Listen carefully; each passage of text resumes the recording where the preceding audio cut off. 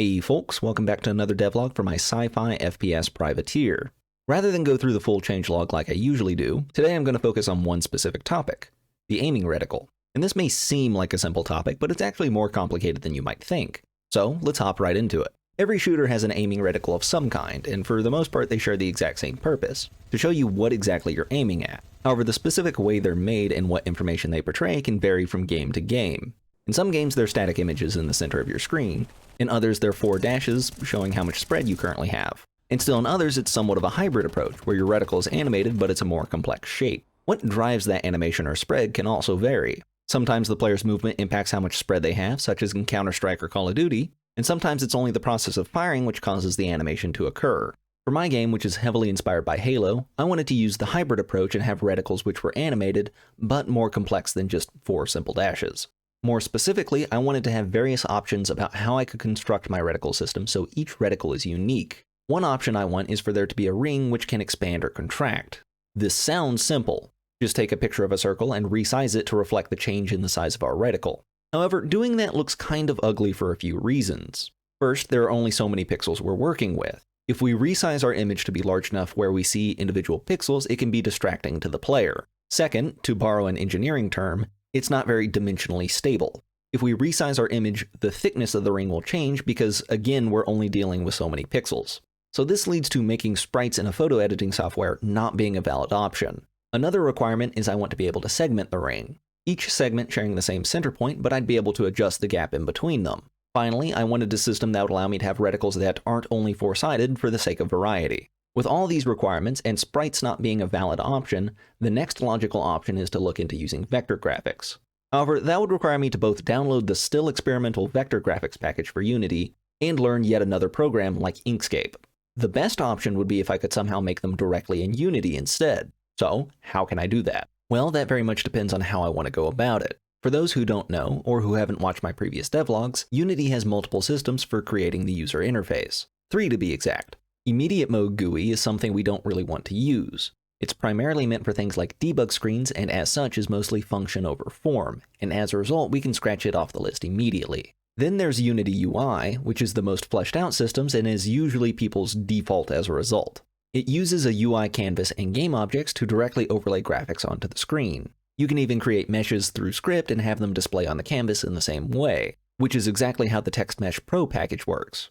However, the canvas and its contents are all game objects. If you have a ton of elements in your UI, this can clog up your scene hierarchy and make it hard to navigate. This is actually an issue I ran into in the previous version of the project when we had our grid-based inventory system. Each item had its own UI object and they were dispersed throughout the scene, only getting added to the canvas when it was relevant at runtime. In the editor though, this made it very difficult to click through the project. So, not ideal, but it is an option. The third system, and the one I ended up choosing, is the new kid on the block, UI Toolkit. UI Toolkit is the new UI system Unity's working on to eventually replace the previously mentioned systems. It's a system largely inspired by web development. The 2 core parts of it are UXML documents and Unity style sheets, both of which are Unity-specific versions of HTML or XML and CSS respectively. It's still largely in progress, but it's already a pretty powerful tool as is, coming with a tool to build your UI and allowing you to create your own custom controls. Since the very first devlog, I've been using it to make my custom editors, but since I restarted the project, I've been using it as my main UI system for runtime as well.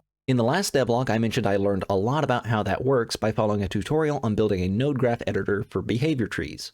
So to keep that momentum going, I decided to try and figure out how to build my own runtime reticle control that would meet the requirements I set out for myself. However, before I figure out how to program it, I need to figure out what the program needs to do first. Thankfully, the UI builder allowed me to mess around with various settings manually. The first thing I need to do is figure out how to make a circle. There are no shape elements you can just drag in. I can't make a in-sided polygon, for example. Your basic building block for UI in this system is called a visual element, from which all the more complex things are based. A visual element is simply a box with some formatting controls for its placement and appearance. I started this by making this visual element a perfect square with equal sides. From there, I went down to the border section and changed 3 things. First, I gave our border some thickness so we could actually see it. Second, I changed its color so it was a bit more noticeable. And third, I changed the radius to be 100%. At lesser values, this is meant to give us a rounded square or rectangle, but when maxed out on a square, it instead gives us a perfect circle. When resizing this, our border also stays a consistent thickness, which was one of our requirements.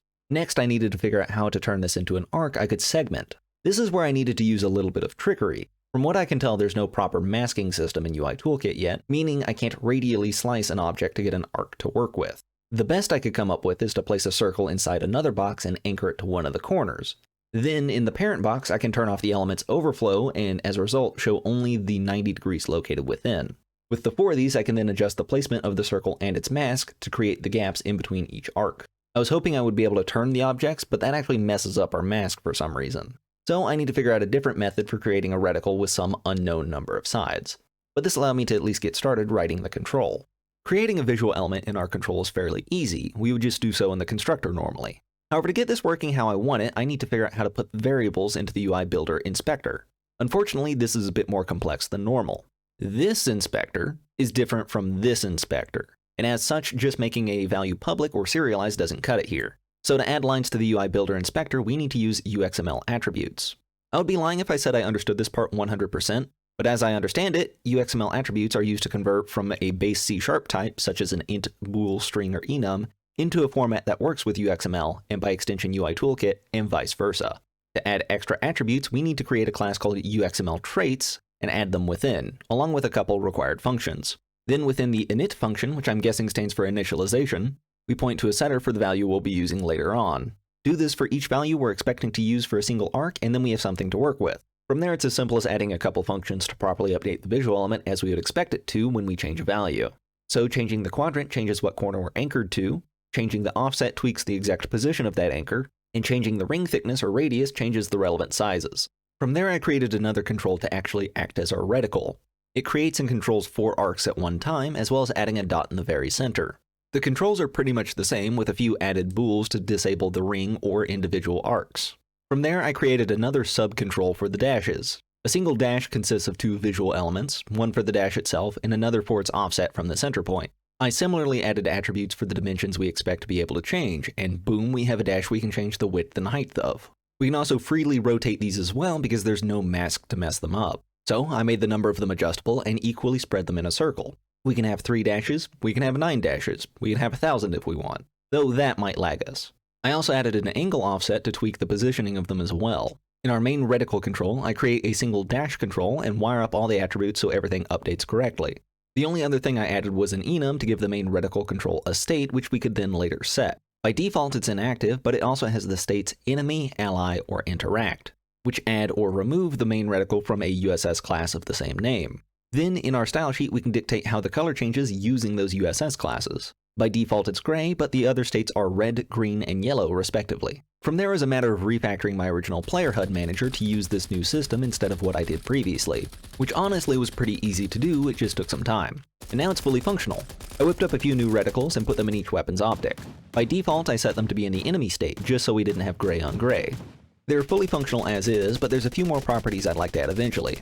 In particular, I want to be able to adjust the center dot and add a few more controls to the dashes to make them look more interesting as well. I'd also like to add a static portion to the reticle as well, that way even when fully expanded, there's still something more interesting than a dot in the very center. Beyond that, I'd like to add a couple modes for how the reticle expands, such as having it expand only horizontally instead of radially. However, I'm happy with them for now, so I'll put those features off for the time being until I have a better understanding of UXML attributes. To quickly go through the other things I've worked on, the big one, aside from the reticles, was changing how the player's view model was managed. Now it's a separate object that gets spawned in, and that object is what handles the weapon's animation and sound management. I also made it so the object is tracked by the player's inventory controller, meaning there will only ever be one.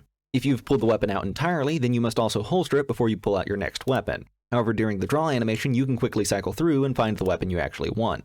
Aside from that, I've also tweaked the player's slope handling logic to fix that sliding issue I mentioned last time. I think I've fixed the bug entirely, however it's one of those things I'll only really notice with extensive testing in various environments, so time will tell. I didn't tweak the weapon spray pattern at all. With the new reticles and everything properly wired up, it's not really noticeable that the spray patterns are actually square. It was mostly noticeable because the shotgun didn't have its various settings properly formatted. I may fix it eventually if it truly becomes an issue, but for now I think it's fine.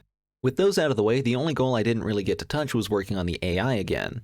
Most of my smaller tasks are finished, and next week I plan on doing a fairly easy tutorial over my procedural weapon bobbing that somebody asked me to make. That should give me the better part of 2 weeks to focus on and build out the AI like I said I would. I enjoy making the game analysis videos, but they do take a lot of time and work, and that's time not spent programming. So if I'm going to make one, I want to do my best to make it a banger. This said, I'm always open to suggestions. So if you guys have an idea for something you'd like to see, be sure to say so in the comments.